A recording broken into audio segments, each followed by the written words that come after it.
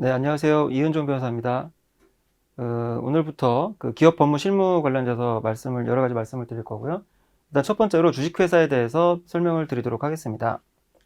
우리가 그 주식회사는 뭐 일상생활에서도 많이 겪고, 뭐 주식 투자도 하실 테고, 뭐 여러 가지, 그러니까 친숙한 용어긴 한데 그 정확한 성격에 대해서 잘 모르시는 경우들이 좀 있는 것 같아요. 그리고 특히 그 법인을 실제 운영하셨던 분들도 주식회사 대표이사를 하셨던 분들도 가끔 그 핵심적인 부분을 좀 오해하고 계시는 경우들이 좀 있더라고요. 그래서 그런 부분들을 중심으로 말씀을 드리겠습니다. 그래서 우선 그 기본 개념에 대해서 좀 살펴보겠고요. 그리고 이제 그 보통 우리가 투자 받을 때 또는 이제 투자를 할 때 그 알아야 되는 주식에 어떤 종류들이 있느냐. 보통 이건 투자 받을 때가 이제 많이 중요하겠죠. 이제 투자 계약서상에 상대방이 우리에게 투자자가 어떠한 형태로 우리에게 투자를 하는가를 알아야 되니까. 그리고 이제 주식회사 기관, 실제 업무를 수행하는 그 기관들에 대해서 살펴보도록 하겠습니다. 네, 그래서 우선 회사라는 제도 자체를 먼저 생각을 해보면 그 그러니까 이런 거죠. 그 대항해 시대에 이제 우리가 그 돛담배를 이런 범선을 타고 이제 무역을 하는 상황을 생각해 보죠. 이게 원래 회사 기원 자체가 좀 그런데 그 전에는 그러니까 그 큰 이익이 난 사업도 없고 그 예전엔 그래서 그리고 또 대규모 자본이 필요한 사업도 그렇게 많지 않았기 때문에 대부분 상인들은 그냥 자기 자본으로 자기가 이제 투입 그 뭐 여러 가지 물건들 사고 뭐 낙타 사고 이렇게 해서 왔다 갔다 하면서 무역을 했던 거죠. 근데 이제 그 동방에서 향료를 사오기 위해서 근데 그전에는 이슬람 상인들과 이제 그 서양 상인들이 무역을 했었는데 이제 직거래를 하고 싶어서 그래서 직접 하면 이윤이 훨씬 크니까 동방 항로를 계속하면서 이렇게 배를 타고 가는데 이게 문제가 뭐냐면 한번 어떻게 그 갔다 와서 향료를 팔면 이익이 굉장히 많이 나는데 위험성이 굉장히 큰 거죠. 이게 뭐 100번 가면 한 번, 두 번 정도 성공할까 말까 였던 거고. 근데 그 한두 번 성공하면 몇 대가 먹고 살 정도의 재산이 남았으니까.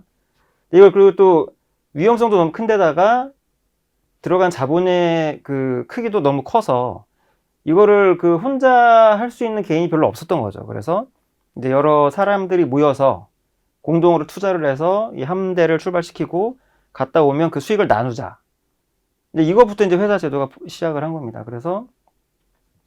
그런데 이제 그런 거죠. 이 배를 사서 이제 가는데 예를 들어 뭐 그런 게 있을 수 있겠죠. 그 배를 투자한 사람들이 뭐 A, B, C 이렇게 있는데 뭐 이 두 사람은 괜찮은데 C가 사실은 뭐 다른 채무가 있었어요. 채권 갚을 돈이 있었는데 이 사람이 다른 재산이 없다 보니까 이 투자한 채권자들이 이 배를 압류하거나 뭐 이럴 경우가 생길 수 있겠죠. 그러니까 뭐 개인 자산이 없을 경우에 그래서 이렇게 이런 그 제도들이 생기면서 조금씩 발전하기 시작합니다. 그래서 이 사업과 투자자를 좀 분리를 시킬 필요가 있다. 절연을 시켜서 투자자들의 채권이 이쪽으로 추심되지 못하게 하고 또 이 사업에서 나온 채권이 이쪽으로 추심되지 못하게 하겠다. 뭐 여러 가지 이런 식으로 발전을 하게 되는 거죠. 그래서 회사 제도를 생각하실 때 우선 이 배를 생각하시면 될 것 같아요. 이게 어떤 큰 사업을 하면서 여기서 나온 수익을 어떻게 자본 없이 나눠 가질 것이냐, 그리고 거대한 자본을 어떻게 조달할 것이냐 라는 문제에서 시작을 했다고 보시면 되겠습니다. 그래서 그 법인의 특징으로는 우선 법인이죠. 말 그대로 법인입니다. 법적으로 인정된 인간이라는 의미죠. 그래서 법률상으로 인정되는 가상의 개념이다. 그래서 사람들의 모임이나 아니면 특정한 그 재산을 법률상 인간으로 취급한다는 얘기죠. 근데 이 얘기는 아마 좀 친숙하실 거예요. 그러니까 법인이 법률상 인간이다라는 그런 말씀들은 많이 들으셨을 텐데 그 구체적인 의미가 뭐냐? 권리와 의무의 주체가 된다는 거죠. 권리와 의무의 주체가 된다는 말은 뭐냐면 재산을 소유할 수 있다. 이 법인 이름으로 재산을 소유할 수 있고 소송의 주체가 되고 형사처벌도 가능하다. 사실 제일 중요한 건 이 재산권. 그러니까 독립해서 권리의 의무와 주체가 된다는 말은 이 어떤 사람들의 모임이 있는데 이걸 우리가 하나의 이제 모임으로 이제 묶었어요. 그러면 이 모임에서 예를 들어서 부동산을 구입을 했다. 그러면 원래는 이 각자의 명의로 부동산을 등기를 해야 됩니다. 그 구성원이 뭐 6명이면 여기 등기 이제 소유주가 6명으로 올라가는 거죠. 그런데 그럼 이제 번잡스럽잖아. 사실 이 부동산을 팔기도 그렇고, 팔 때도 6명 다 동의를 해야 되고, 뭐, 담보대출을 받을 때도 그렇고, 이 모임에서 쓰려고 어떤 그 채무를 대출을 받을 때도 누구 명의로 그럼 대출을 받을 것이냐, 뭐 이런 문제들이 생기겠죠. 그래서 이런 것들을 각각 그 구성원의 명의가 아니라 이 단체를 하나 인정을 해서 이 단체는 사실 실질이 없지만, 그러니까 단체는 사실 뜯어보면 이 구성원들의 모임일 뿐이지만, 이 모임을 독립시켜서 하나의 단위로 인정을 하겠다. 법적인 단위로 인정을 하겠다는 그런 취지로 보시면 되겠습니다. 그래서 일단 법인이라는 것은 독립해서 재산권의 주체가 된다. 이게 사실 제일 중요한 얘기고요. 그래서 그 사람의 모임에 대해서 법인으로 인정을 하면 그게 이제 사단법인이 되는 거고, 이거는 사람들의 모임, 사단법인, 재단법인 재산에 대해서. 그러니까 그 뭐 장학재단 이렇게 할 때 재단이잖아요. 장학재단 어떤 그 건물에서 나오는 그 임대료를 가지고 장학금을 주겠다. 그러면 그 건물 자체를 하나의 법인으로, 그러니까 재산일 뿐이지만 하나의 법인으로 따로 독립을 시키는 거죠. 그렇게 해서 만드는 게 재단법인. 주식회사도 역시 법인에 속합니다. 그래서 법인은 그 하나의 그 구성원과는 별도의 하나의 인격체로, 그러니까 권리와 의무의 주체로 보기 때문에 그 법인 자체도 대표가 있어야 돼요. 외부에서 이제 활동을 하려면 구체적으로 활동하는 사람이 있어야 되잖아요. 그래서 법인 대표가 필요하고, 업무 집행기관으로서 이사, 총회가 필요합니다. 그러니까 이거는 사단법인, 재단법인 어떤 형태의 법인이든 요 세 가지 요소는 꼭 있어요. 대표, 업무 집행기관, 총회. 근데 보통은 이게 대표, 이사장, 이사, 총회, 사원총회, 주식회사라면 주주총회 이렇게 되겠죠. 그리고 법인이 없어지는 거는 청산이라고 합니다. 우리가 청산. 그러니까 법인이라는 거는 사실 이 등기부가 나오거든요. 그러니까 법적으로는 사실 이 등기부가 있으면 법인인 거예요. 그 청산한다는 건 이 등기부를 없애는 게 청산을 하는 거죠. 이게 이제 법인은 이렇게 구성이 되는데, 이거 좀 구별해서 보실게요. 이제 이 말씀을 왜 드리냐면, 폐업하는 게 있어요. 사업을 해보신 분들은 알겠지만, 우리가 사업을 할 때 이제 법인 설립하고 사업자 등록을 하잖아요. 근데 사업자 등록을 할 때, 보통 우리가 사업자 등록만 폐업을 하면 이게 이제 영업이 뭔가 회사가 정리가 된 걸로 생각하시는 경우들이 왕왕 있습니다. 근데 법인격 자체가 없어지는 청산하고는 분명히 구별을 해야 된다. 사업자 등록이라는 것은 납세 의무의 주체라는 의미가 있는 거죠. 그래서 우리가 세무서에 우리가 사업을 할 테니까 그 납세자로 등록을 하겠다. 그런 의미인 거죠. 사업을 영위하면 자연인이든 법인이든 사업자 등록을 무조건 해야 되고, 사업자 등록을 해야 세금계산서 발급이 가능해집니다. 근데 이 사업자 등록을 없애는 걸 폐업이라고 하는 거죠. 그래서 법인격 자체가 없어지는 청산과는 분명히 구별을 해야 된다. 폐업을 해도 청산을 하지 않으면 법인 자체는 남아있는 거예요. 법인 자체가 남아있다는 말은 이 등기부가 계속 남아있다는 거죠. 이건 참고로 말씀드리려고 이제 등기부를 하나 띄워놨는데, 이게 여기가 삼성전자의 등기부고요. 등기부에는 이제 중요한 사항들, 뭐 상호나 그런 대표이사가 누군지, 회사의 목적, 주식의 수, 그런 여러 가지 사항들이 기재가 되어 있습니다. 중요한 사항들이 기재가 되어 있고, 중요한 거는 이 등기부에 기재되어 있는 거는 등기부는 누구나 떼서 볼 수가 있기 때문에, 이 등기부에 기재되어 있는 거는 모든 사람들이 안다고 생각을 해요. 그래서 만약에 이 등기부에 기재되어 있는 거를 모르고 내가 뭐 어떤 행동을 했다면 그거에 대한 책임은 내가 다 진다. 그러니까 등기부는 항상 확인을 좀 하실 필요가 있고요. 이렇게 등기부가 나오면 법인이 설립된 거고, 이 등기부가 없어지면 법인이 없어지는 거다 라고 생각을 하시면 되겠습니다. 일단 회사를 구성하는 구성원들을 우리는 사원이라고 불러요. 그러니까 이 사원이, 그러니까 회사의 직원이라는 의미로 우리가 보통 쓴 사원도 있지만, 법률상 용어로 사원이라고 하면 회사의 구성원이라는 의미죠. 이 사원들의 책임이 어떻게 되느냐에 따라서 우리가 회사 제도를 몇 가지로 구분을 할 수가 있습니다. 그래서 직접 책임을 지느냐, 간접 책임을 지느냐, 유한 책임을 지느냐, 무한 책임을 지느냐에 따라서 나눌 수가 있고요. 직접 책임은 회사가 이렇게 있어요. 회사가 있는데, 이제 이 회사를 설립한 구성원들이 ABC 이렇게 있는 거죠. 근데 회사가 외부로부터 채무를 지고 있는데 이 회사의 재산으로 이 채무를 다 갚지 못했을 경우에 이 채권자들이 직접 이 구성원들에게, 사원들에게 돈을 갚으라고 할 수 있느냐? 있으면 직접 책임을 지는 거고, 이렇게 하지 못하면 회사의 채권자들은 회사에만 돈을 달라고 할 수 있고, 직접 이렇게 청구할 수 없다 하면 간접 책임을 지는 거고요. 유한 책임은 뭐냐면 이제 출자액을 한도로 부담하면, 내가 이제 1,000만 원 출자해서 이 회사를 만들었으면 이 1,000만 원 외에는 나는 추가로 더 책임을 지지 않는다. 이게 유한 책임.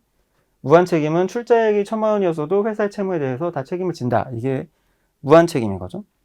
이렇게 생각하면 사실 뭐 직접 유한, 간접 무한이 같은 개념 아니냐라고 생각하실 수 있는데 좀 다른 거예요. 이게 직접 책임을 지면서 유한 책임만 지는 경우도 생길 수는 있습니다. 뭐 직접 책임지면서 무한 책임지는 경우도 생길 수 있고, 그래서 이건 다른 개념이고,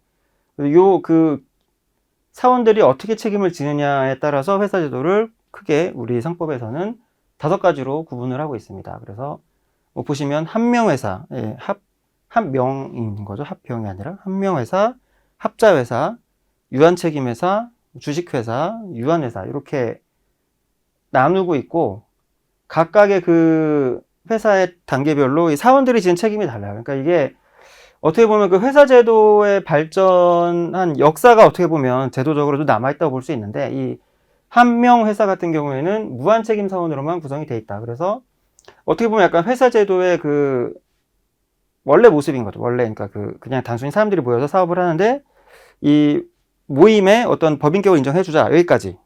다만 이제 그 회사에서 회사는 실질적으로 이 구성원들이 것이기 때문에 회사가 갚지 못한 게 있으면 그 구성원들이 돈을 다 갚아라.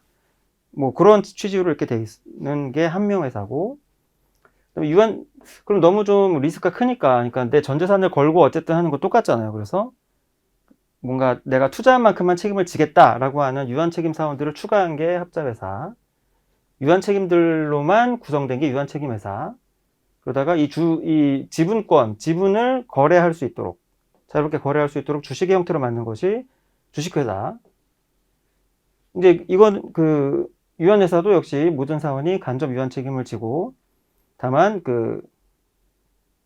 구성원들이 각각 이제 업무 집행을 하면서 자유롭게 지분을 양도할 수 있다. 유한회사. 유한책임회사는 지분 양도에는 총사원의 동의가 필요한 이런 제한이 있고요.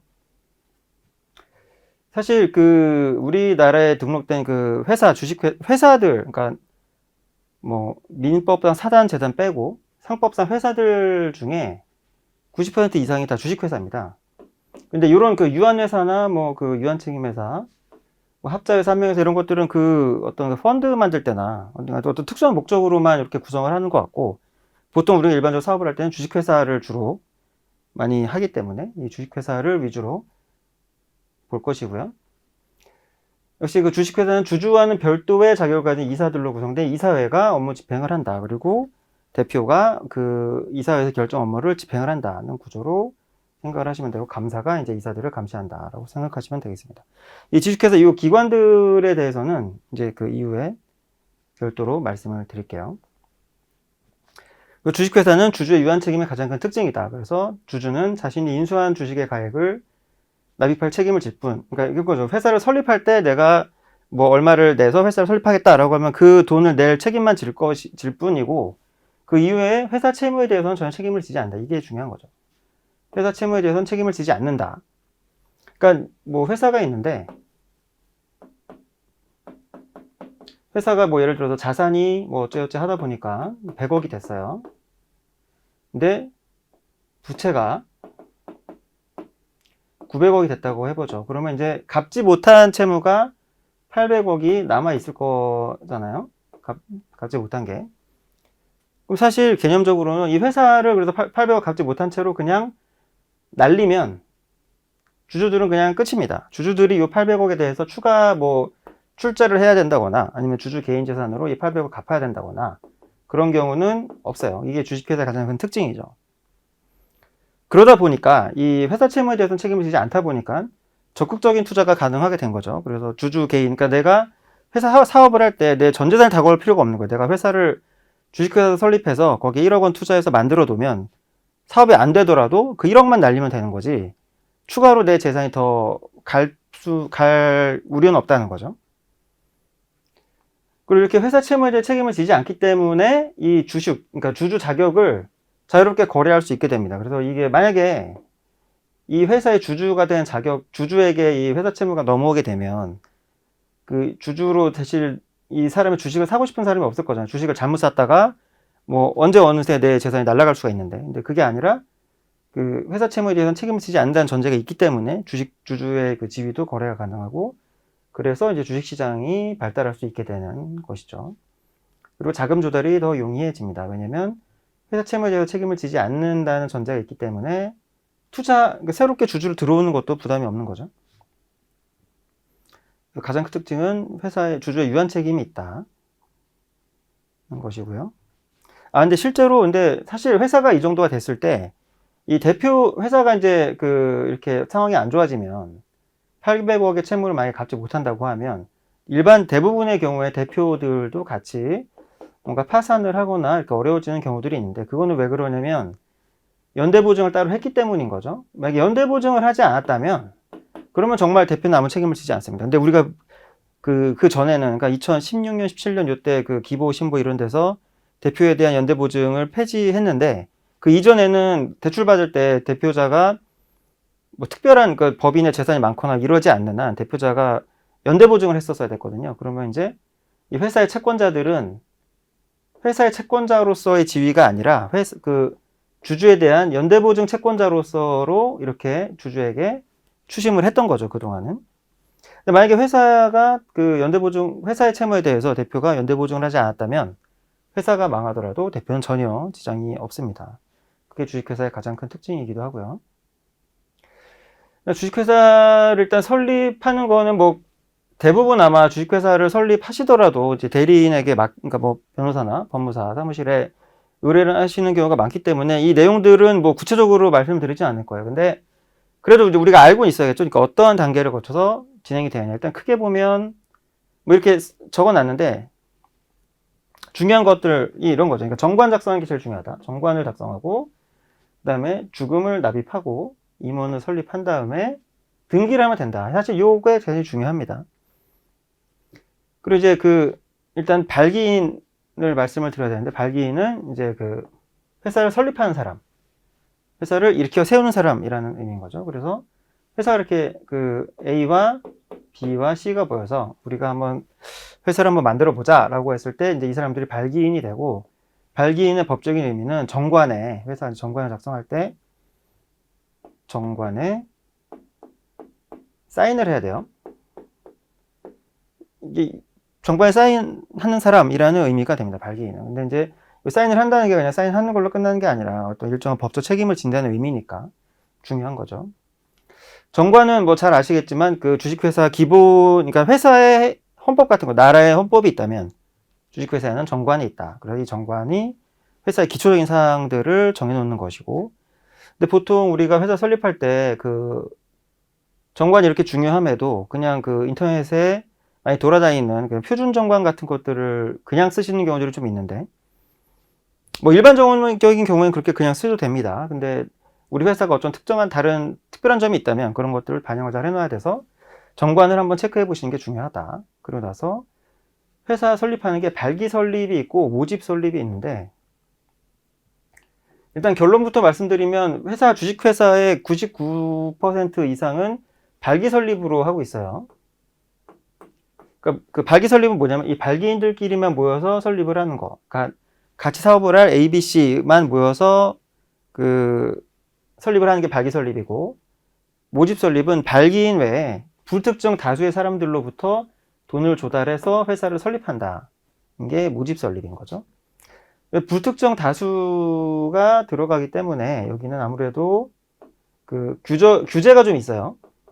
그만큼 근데 초기에 자본을 조달하기 쉽겠죠. 그러니까 우리 3명이 예를 들어서 ABC 3명이 뭐 3억을 조달할 수 있다라고 했을 때 불특정 다수를 모으면 한 100억까지도 가능할 수 있으니까요. 근데 사실은 뭐 이렇게 모집 설립하는 경우보다는 만약에 대규모 자본이 필요하다 하더라도 일단 발기 설립을 해놓고 그 다음에 증자하는 경우들이 있죠. 그래서 사실은 이 발기 설립, 위주로 보시면 될 것 같고, 발기 설립은 간단합니다. 정관 작성해서 이제 주식을 납입을 하고 인원 선임해서 등기를 하면 회사가 설립이 되는 것이죠. 뭐 그래서 발기인 요 내용들은 있지만 이 내용들을 뭐 구체적으로 볼 건 아니고, 발기인이 그러면 어떤 역할을 하는가, 어떤 책임을 지는가가 중요하겠죠. 발기인은 뭐 하는 역할은 회사 설립할 때 이제 그 정관에 사인하는 게 가장 중요한 역할인 거고, 별다른 자격 조건에 제한이 없다. 그리고 법인도 다른 회사의 발기인이 될 수 있다. 그리고 예전에는 그러지 않은데 발기인 이제 한 명만 있어도 주식회사 설립이 가능하다. 그래서 1인 회사가 가능한 거죠. 그러니까 저 혼자 사업을 하기 위해서 그냥 제가 주식회사 하나 만들 수 있다. 나 1인으로만 구성된. 근데 회사가 제대로 설립이 됐다면 이제 이런 자본 충실 책임을 지고 손해배상 책임과, 그러니까 그 회사나 제3자에 대해서 손해배상 책임을 질 우려가 있다.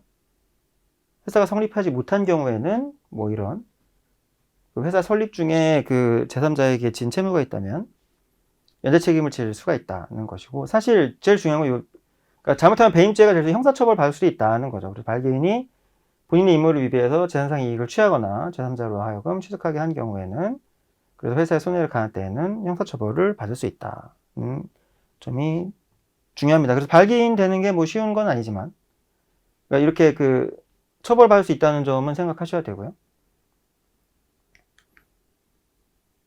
네, 그래서 발기 설립은 말씀드렸던 것처럼 뭐 소규모 회사 설립에 용이하고 소수가 만드는 거니까요.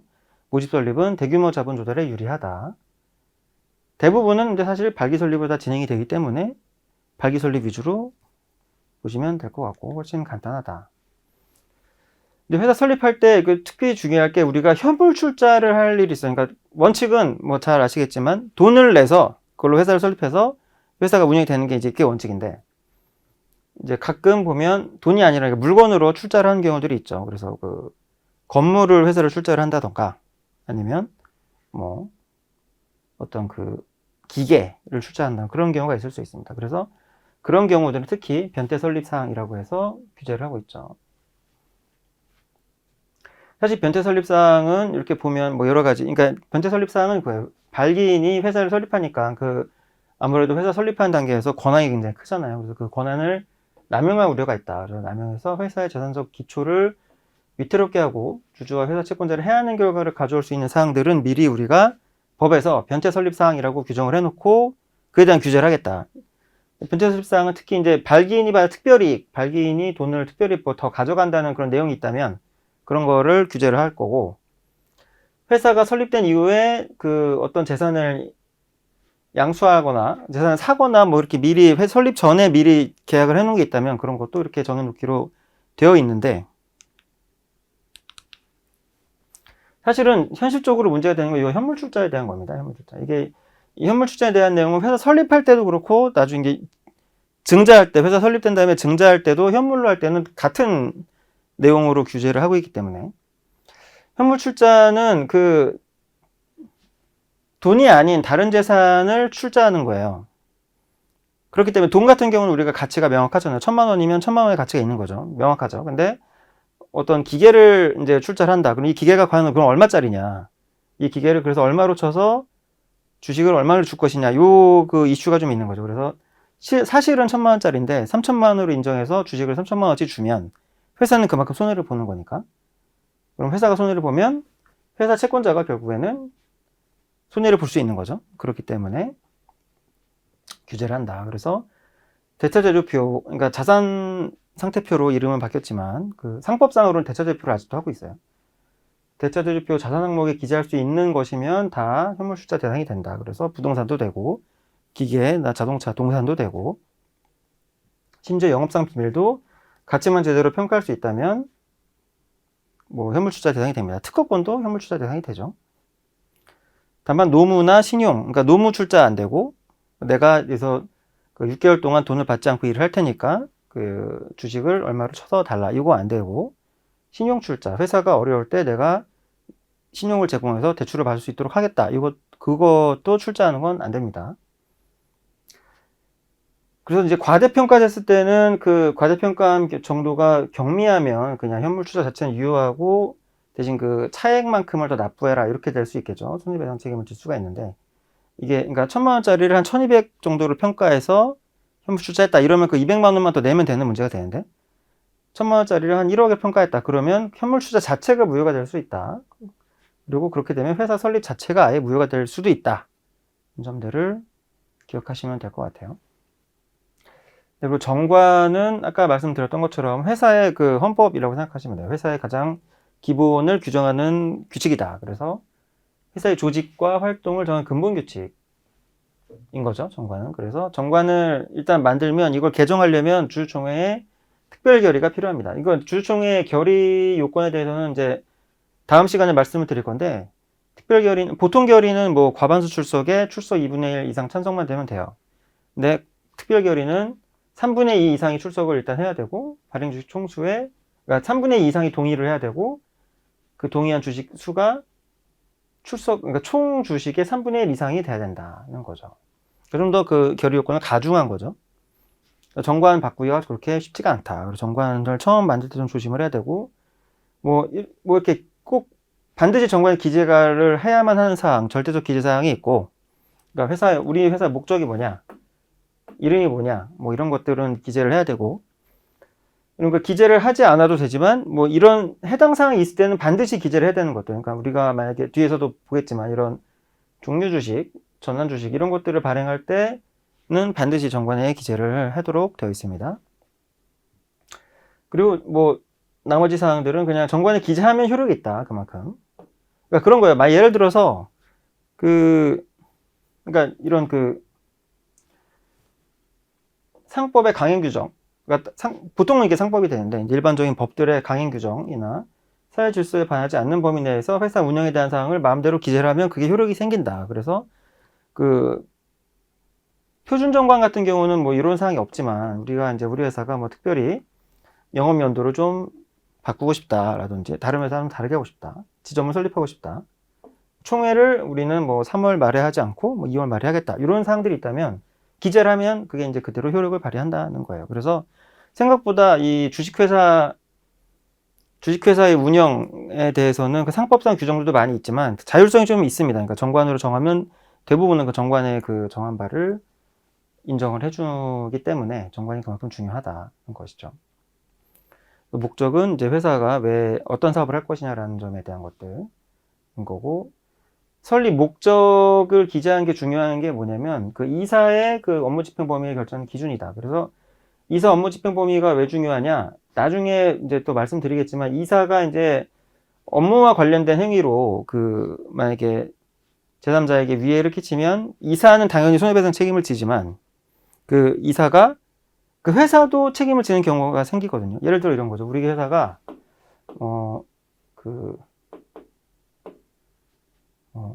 뭐라고 할까요? 상품, 그러니까 일반적인 상품을 도매하는 회사라고 해보죠. 우리 회사 이사가 예를 들어서 이제 제3자에게 사기를 쳤는데 제3자에게 돈을 빌리면서 이제 거짓말을 했는데 그 사유가 뭐냐? 우리 회사가 상품을 이제 도매하는 회사인데 상품 도매하는 상품 대금을 마련하기 위해서 너에게 돈을 빌린다. 라고 하면 이게 업무와 관련된 거예요. 회사의 목적이 상품 도매로 돼 있으니까. 그럼 이것도 이사가 한 행위지만 회사도 이 사람에 대해서 책임을 지는 경우가 생긴다는 거죠. 근데 만약에 우리가 상품 도매 회사인데 이사가 자동차 구매를 위해서 돈을 빌린다라고 하면 이사는 책임을 지지만 회사는 책임을 지지 않는 거죠. 왜냐하면 회사의 업무 범위가 아니니까. 그러니까 이사의 업무가 어디까지를 이사의 업무로 볼 것이냐, 이 기준이 되는 게 회사의 설립 목적이다. 그래서 그냥 단순히 생각하실 건 아니다. 회사가 이러한 범위 내에서는 우리 회사의 업무로 보겠다는 것이니까요. 이렇게 이사 업무 범위를 판단하는 일정의 기준이 된다. 그래서 회사가 이제 설립하고 소멸할 때 일단 회사가 우선 이제 원칙적인 경우를 말씀을 드리면 해산 절차를 거쳐서 청산을 하면 됩니다. 그 말이 뭐냐? 해산 결의를 하는 거죠. 근데 보통은 이제 회사가 끝나는 이유가 뭐 이러한 이유들이 있는데 거의 대부분은 주총 결의로 끝내는 거죠. 주총에서 결의를 해서 우리 이제 회사를 이제 그만하자라고 결의를 하면 그 순간에 청산 절차를 돌입을 하게 되는 청산 절차라는 건 뭐냐? 회사 재산으로 채무를 변제를 하고 남은 게 있다면 주주들에게 나눠준다는 것이죠. 그래서 회사 재산이 회사가 재산이 100억이 있었다. 채무가 80억이다. 그러면 회사 재산을 정리해서 채무를 갚고 남은 20억이 있잖아요. 20억을 주주들이 이제 나눠 갖고 그러면 이제 회사는 다 청산이 된 거예요. 그러고 나서 회사가 청산 종결 등기를 하면 회사가 끝납니다. 그러니까 법인이 없어지는 거죠. 등기부가 없어지는 거예요. 그런데 이게 원칙이죠. 근데 만약에 회사 재산은 100억인데 채무가 120억이다. 그러면 채권자들에게 나눠주고 우리는 20억 채무가 남잖아요. 주식회사 유한책임이니까 이 주주들이 20억을 채워넣어야 되는 건 아니고 그냥 이렇게 해서 회사는 끝날 수는 있는데 이렇게 갚지 못한 채무가 있는 경우에는 청산 절차가 끝나지가 않습니다. 그래서 회사가 채무가 남아있을 경우에는 청산 절차가 종결되지 않죠. 그리고 청산 절차가 종결되지 않으면 등기부를 없앨 수가 없어요. 회사는 계속 살아있을 수밖에 없어요. 네, 그렇게 되니까 사실 이런 경우에 이 회사의 등기를 완전히 정리하려면 법인을 완전히 없애려면 법인 파산을 해야 되는 거죠. 파산을 해서 없애야 되는데 파산을 하지 않는 경우, 그러니까 그 채무고 남아서 청산 절차가 계속 남아 있는데 이게 그 파산도 안 하고 그냥 계속 회사는 쭉 가고 있다. 이럴 때 이런 제도가 좀 있습니다. 휴면 회사의 해산. 그래서 등기를 최종적으로 한 다음에 어떤 등기를 했는데 그 이후에 5년 동안 아무런 등기가 없다. 그러면 이제 법원은 알다니까 등기는 법원에서 관리를 하니까 이제 등기부에 이 회사는 대표이사 변경 등기를 했는데 그로부터 5년이 지났는데도 아무런 그게 없다. 등기가 없다. 보통 회사 이사들의 임기가 2년이니까 2년에 한 번씩은 적어도 이 등기가 돼야 되는데 그런 것도 없이 그냥 5년을 그냥 지났다. 그럼 이 회사는 영업을 접었나 보다 라고 생각을 해서 관보에 공고를 한 다음에 2월 이내 그래서 공고를 합니다. 이 어떠한 회사는 지금 그 등기가 5년 동안 안 되고 있기 때문에 우리가 언제까지 신고를 하지 않으면 해산시키겠다 라고 해서 공고를 해서 그때까지도 3년이 경과하면 청산 종결된 걸로 봅니다. 그냥 없앤다는 거죠. 그래서 사실은 원칙은 이렇게 채무가 남아있으면 회사가 안 없어지고 계속 가는 거고 이 회사를 없애려면 법인 파산을 해야 되는데 근데 어려운 점이 좀 있을 수 있기 때문에 그리고 이런 회사를 계속 무한정 남겨줄 수는 없잖아요. 그래서 8, 9년이 지나면 그냥 없는 걸로 쳐준다는 거죠. 8, 9년 동안은 법인이 살아있다. 그래서 법인에 대한 소송 우편물 같은 것들은 계속 대표이사 주소로 송달이 되게 됩니다. 이제 주식의 양도에, 그러니까 그 회사 주주의 그 권리를 표창하는 그 주식에 대해서 말씀을 드릴 건데, 주식은 원래 양도를 한 주권을 발행해야 돼요, 주권. 그러니까 주권이 우리가 보통 생각하는 주식의 이미지죠. 그 종이에 써 있는 그래서 주권 해가지고 액면가액이 1,000원이다. 라고 해서 회사 도장 딱 찍혀 있고, 이게 주권이거든요. 이 종이를 이제 실제로 발행을 한 다음에 이거를 양도해야 이제 주식이 양도됐다. 주주가 변경됐다라고 보는 거예요. 그래서 주권을 무조건 교부를 해야 됩니다. 그리고 주권을 교부하지 않으면 주식이 양도된 게 아니고, 그리고 주권을 가지고 있는 사람은 어찌됐건 주권의 적법한 소지인으로 추정을 해줍니다. 근데 상당수의 회사가 주권을 발행하지 않아요. 실물 주권을 발행하지 않습니다. 그런 경우에는 원칙은 주권을 발행하지 않았기 때문에 주식을 양도할 수가 없는 게 원칙이에요. 근데 이렇게 계속 놔둘 수는 없기 때문에 상법에서는 회사 설립 후 6개월이 지날 때까지 주권을 계속 발행하지 않았다면 그러면 지명채권 양도 방식으로 주식을 양도할 수 있다. 그러니까 지명채권 양도, 지명채권이란 게 뭐냐? 이름이 정해져 있다는 거예요. 그리고 채권자가 누구고, 채권자가 A고, 채무자가 B라고 정해져 있는 채권이 다 지명채권입니다. 그러니까 우리가 친구한테 돈을 빌려도 지명채권이에요. 그러니까 내가 친구에게 돈을 빌려줬다. 그러면 그러니까 채권자 정해져 있고, 채무자가 정해져 있잖아요. 그럼 지명채권인 거예요. 이 지명채권을 양도하려면 원래 민법상으로는 채권을 양도한 사람이 양도인이 채무자에게 통지를 해야 됩니다. 또는 채무자가 양도를 승낙을 해야 돼요. 근데 주식 같은 경우도 마찬가지로 주식의 양도인이 그러니까 지명채권 양도 방식에 따라서 주식 양도인이 회사에 통지를 하거나 회사가 양도를 승낙을 하거나 이 둘 중에 하나는 해야 이게 효력이 생기는 거예요. 그래서 보통 이게 문제가 되는 게 그 주주라고 나는 생각을 하고 이제 주주인데 이 주식을 이제 뭐 비상장 주식회사인 경우에 상장이면 그냥 뭐 사고 팔면 되는데 비상장인 경우에 이제 B라는 사람에게 내 주식을 팔아요. 팔면서 이제 뭐 주식 매매 계약서를 쓰겠죠. 돈을 받아요. 그러면 이제 그리고 이제 회사가 이제 이 사람을 주주 명부에 등재를 시키면 그게 이제 회사가 양도를 승낙한 게 되는 거죠. 그런 경우는 이제 주권에 넘어갔다고 보면 되는데 이렇게만 해놓고 아무런 행동을 취하지 않으면 그러면 사실 법상으로는 내가 주식을 판 게 아니에요. 여전히 주주는 난 거죠. 그래서 그렇게 하려면 개인 간의 계약서를 쓰고 그 계약서를 회사로 통지를 하거나 아니면 회사가 이 양도 사실을 인정을 하는 그 두 가지 중에 하나는 반드시 해야 된다. 그리고 주식을 비상장 주식이라도 주식을 거래할 때는 증권거래세를 내야 되고 그 차익이 있으면 양도소득세를 내야 된다. 이제 상장 주식 같은 경우는 양도소득세를 내지 않는 걸로 아직까지는 돼 있고 비상장 주식 같은 경우는 원칙적으로 양도소득세를 내야 된다. 다만 2천만 원짜리 주식을 내가 2천만 원 그냥 액면가액 그대로 2천만 원으로 팔아도 보통은 무방하다. 다만 이제 특수관계 가족들에게 팔 때는 가치 평가를 해서 이 주식의 실제 가치가 얼마냐를 평가를 해서 그 가격대로 넘겨야 되지만 그냥 그 전혀 상관없는 사람들과 친구 아니면 동업자에게 넘길 때는 액면가액대로 넘겨도 무방하다는 점입니다. 그래서 보통 그 주식 양수하실 때 이런 양식으로 쓰시면 좀 좋아요. 그러니까 계약서 자체에 양도인과 양수인이 도장을 찍고 회사도 이게 도장을 찍는 게 그러니까 그러면 이게 도장 이렇게 찍혀 있으면 따로 통지하고 뭐 이럴 필요가 없어요. 그냥 회사가 승낙한 게 되니까 이렇게 하는 게 뭐 간편한 거죠.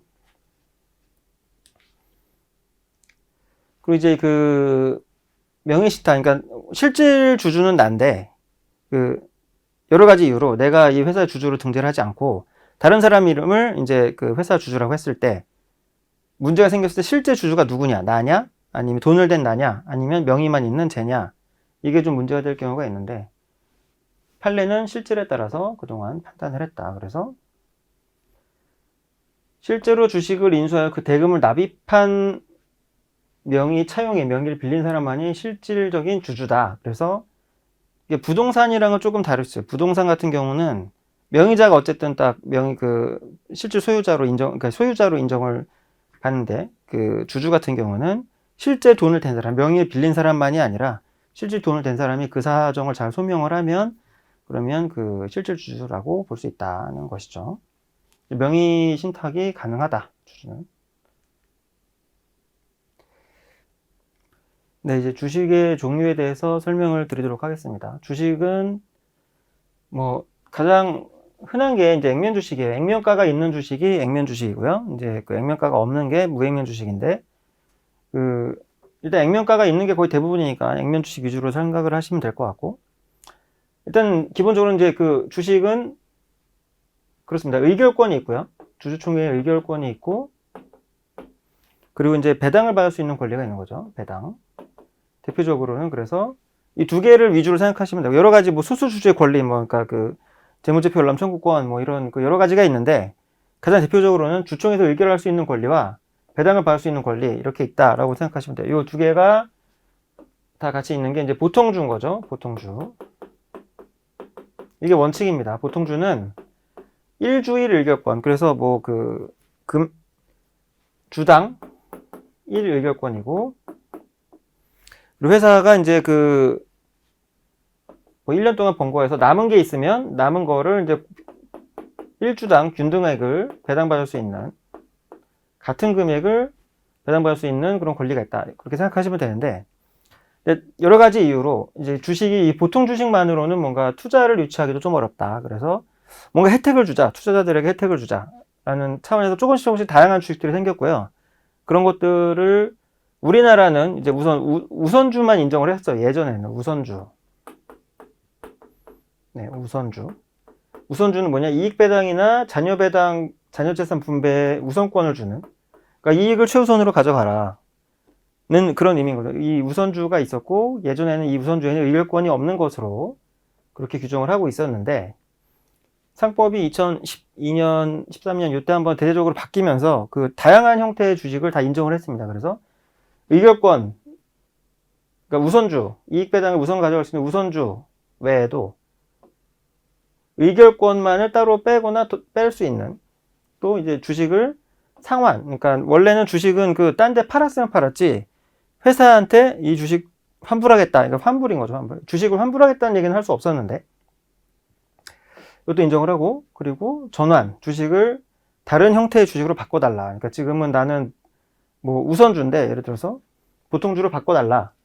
또는 우선주인데 상환 주식으로 바꿔달라라고 하는 이런 그 전환을 할 수 있는 형태로 인정을 했습니다. 그래서 굉장히 다양한 형태, 그러니까 투자자들 다양한 그 요구를 가지고 있는 투자자들을 만족시키기 위해서 다양한 형태의 주식을 규정을 했고요. 사실은 지금 이런 것들이 다 하나로 모여서 결론은 이거예요. 상환, 전환, 우선주입니다. 우선 상환권이 있고 전환권도 있고 우선주기도 하다는 거죠. 그러니까 다 붙은 거예요. 이게 투자자에게 제일 유리한 형태의 주식이요. 투자자가 다양한 형태의 옵션을 가지고 있는. 이게 이제 뭐 영어로는 이렇게 redeemable, convertible, preference, shares 이렇게 되는데 요거를 보통은 약자로 이제 RCPS라고 많이 하죠. 이거 아마 여러분들도 RCPS라는 말은 좀 들어보셨을 거예요. 그리고 실제 요거를 그 상환, 전환, 우선주라고 이렇게 그 풀네임을 부르는 경우는 거의 없고 실무적으로는 거의 제가 들어본 적 없는 거 다 이제 RCPS라고 많이 표현을 하죠. 그래서 요거는 꼭 알아두시라. RCPS는 뭐냐? 상환권, 전환권, 우선권이 다 있는 거다. 그리고 보통 우리가 그러니까 예를 들어 스타트업 같은 경우에 이제 그 처음에 이제 뭐 엔젤 투자를 받거나 아니면 그다음에 뭐 1단계, 2단계 투자를 받기 시작할 때 거의 대부분 형태는 이 RCPS 형태로 들어온다는 것을 보시면 되겠습니다. 그래서 이거는 우선주에 상환권을 결합했다. 그래서 투자자에게 안정적인 투자 수익을 보장하고 전환권도 있기 때문에 역시 회사에게는 굉장히 좋은 형태다라는 것이죠. 그럼 이제 사실 이 내용을 보기 위해서 그러면 상환권이 뭐고 전환권이 뭐고 우선주가 뭐냐 이 내용들을 살펴보도록 하겠습니다. 우선 액면 주식과 무액면 주식에 관한 내용은 뭐 대부분이 액면 주식이니까 액면 주식이라고 생각하시면 될 것 같고요. 예, 그래서 이렇게 다양한 형태의 종류 주식을 정하고 있다는 점. 우선주는 뭐냐? 우선주는 그 이익 배당을 우선해서 받을 수 있다는 게 이제 우선주입니다. 그래서 우선주와 보통 대립하는 개념이 이제 보통주가 되는 거죠. 그래서 그 정관에 미리 정해야 되고요. 이 우선주. 그러니까 이런 그 종류 주식, 그러니까 우선주, 전환주, 상환주 이런 것들을 다 정할 때에는 정관에 그 내용이 들어가야 됩니다. 그리고 이 등기도 돼야 돼요. 등기부에도 나와 있어야 됩니다. 이제 배당 재산의 종류, 배당 재산의 가액의 결정 방법, 한 주당 얼마를 줄 것이냐, 이익을 배당한 조건 등을 정해 놓으면 이제 우선해서 받아줄 수 있다는 것이죠. 그래서 우선주도 뭐 더 디테일하게 가면 뭐 누적적 우선주가 있고 참가적 우선주가 있고 뭐 이렇습니다만 뭐 그냥 참고로 들어주시면 누적적 우선주는 예를 들어 이런 거죠. 주당 뭐 이 우선주가 조건을 정하기를 1주당 액면가액의 5%는 이제 우선 배당 받기로 이제 돼 있던 거예요. 근데 이제 이 주식이 예를 들어서 우선주가 뭐 100원이었다. 그럼 이제 5원은 무조건 받아야 되는데 어찌어찌 하다 보니까 우리 회사가 당기순이익이 2020년에는 당기순이익이 없었어요. 배당을 못 받죠. 2021년에 보니까 당기순이익이 100억이 났어요. 그럼 우리는 어쨌든 이 5원이라는 이 배당을 받아야 되는데 그래서 그냥 우선주는 이때는 배당 못 받고 이때는 5원 받고 요렇게 되는 거죠. 근데 누적적 우선주면 이 전에 못 받았던 것까지 올해 받는 거예요. 전에 못 받았으니까 올해는 10원을 받는다. 이게 누적적 우선주. 누적되는 거죠. 못 받은 게 누적된다. 참가적 우선주는 원래는 보통 이제 그 우선주가 먼저 가져가고 나머지 이제 95원에 대해서 보통주가 나눠 가지는데 이게 우선주는 5%인데 이제 보통주는 어떻게 하다 보면 우선주보다 더 많은 금액을 가져갈 수도 있어요. 그러니까 뭐 우선주에게는 5%를 줬는데 보통주에게는 나중에 계산해봤더니 뭐 7%를 가져갔더라. 이런 경우가 생길 수 있는 거죠. 근데 이런 경우를 방지하기 위해서 이 보통주도 5%까지는 이제 보통주가 가져가고 나머지 2%에 대해서 우선주란 다시 나눈다. 그러니까 이 참가적 우선주는 우선주 먼저 가져가고 보통주 배당받을 때 또 배당받을 수 있다. 뭐 그런 의미로 생각하시면 되겠습니다. 어쨌든 그래서 우선주 그 배당금은 어떤 식으로 주냐면 배당률의 형태로 확정이 되니까 1주당 액면가액이 몇 %로 규정을 하는 게 보통이다. 한 주당 얼마 이렇게 하는 게 아니라 비율로 하는 게 보통이고요. 역시 정관에 정해야 되고, 예전에는 말씀드렸던 것처럼 우선주는 의결권이 없는 게 기본이었는데 지금은 별개로 하고 있어서 우선주이면서도 의결권이 있는 것으로 규정을 할 수 있습니다. 그래서 이따 또 종합해서 말씀드릴 그 RCPS 같은 경우에는 우선주이기도 하지만 의결권도 있어요. 그러니까 의결도 할 수 있는 거죠. 누적적, 참가적 이렇게 되고,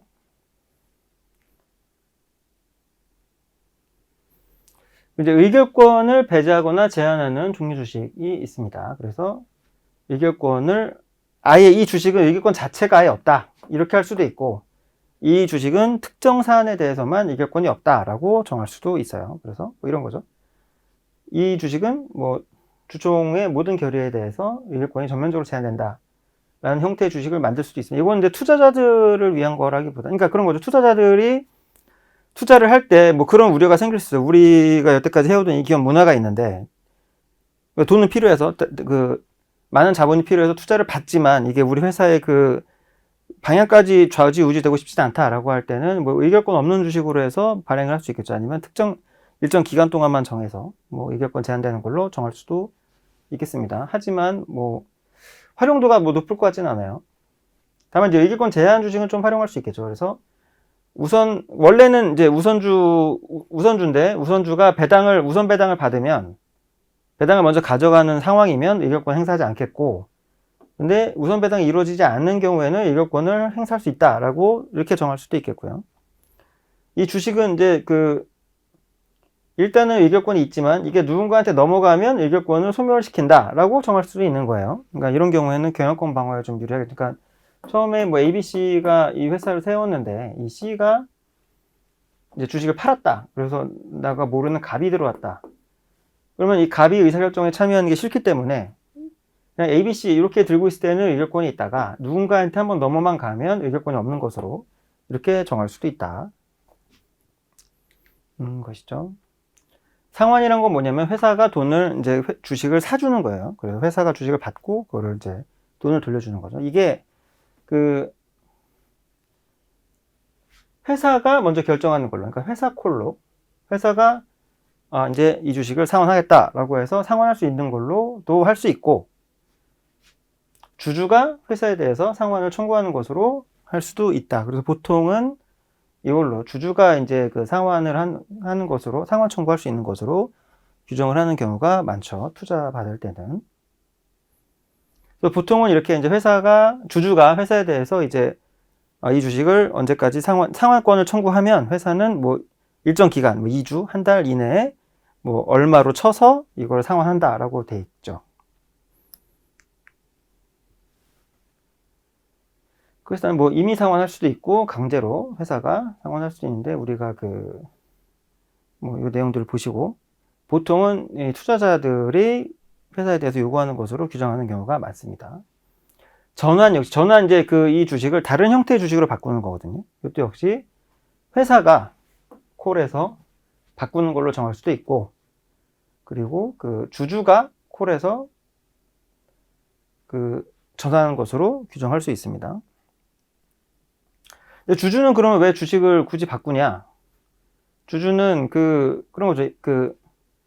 우선주를 우리가 만약 예를 들어 우선주를 들고 있었다 라고 했는데, 이 회사가 이제 비상장이었어요. 우선주를 들고 있었죠. 근데 이게 회사가 상장을 하게 됐다. 그러면 이제 보통은 상장하는 경우에는 보통주가 훨씬 더 거래도 잦고 주가가 더 보통주가 높습니다. 그래서 우리가 이 우선주를 보통주로 바꾸기만 해도 재산적 가치가 생기는 거죠. 이런 경우 때문에 이 전환권을 규정하는 경우가 있다. 그래서 지금 말씀드린 이런 것들 다 합친 것들이 이런 RCPS, 상환, 전환, 우선주, 상환권도 있고 전환권도 있고 우선주의도 하다. 그리고 의결권도 있다. 그러니까 이렇게 투자를 해놓고 이제 이 회사가 만약 상황이 안 좋다. 그리고 주식 가격이 그렇게 올라가지 않는다. 그러면 투자자는 상환권을 행사할 수 있어요. 그래서 이 상환권은 보통 우리가 만약에 그 투자 기간에 일정 이자율을 더한 걸로 그렇게 계산합니다. 그러면 이제 돈 빌려준 것 같은 효과가 되는 거예요. 10억 투자했다가 주식이 오르면 그냥 그 오른 주식으로 팔아서 수익을 내면 되고, 투자자는. 회사가 좀 수익이 잘 안 나면 그냥 회사에 그 돈 빌려준 것처럼 이제 갚아라. 이렇게 해서 상환권 청구해서 상환을 받을 수 있고, 만약에 상장을 한다. 상장을 해서 그러면 그 보통주가 좀 거래가 된다. 그러면 전환권을 행사해서 보통주로 전환을 해서 팔 수도 있고, 이러한 투자 기간 동안 의결권까지도 행사할 수 있다. 그리고 배당도 우선적으로 받아갈 수 있다. 그러면 굉장히 유리한 거죠. 이렇게 주식의 종류를 설명을 일단 드렸습니다.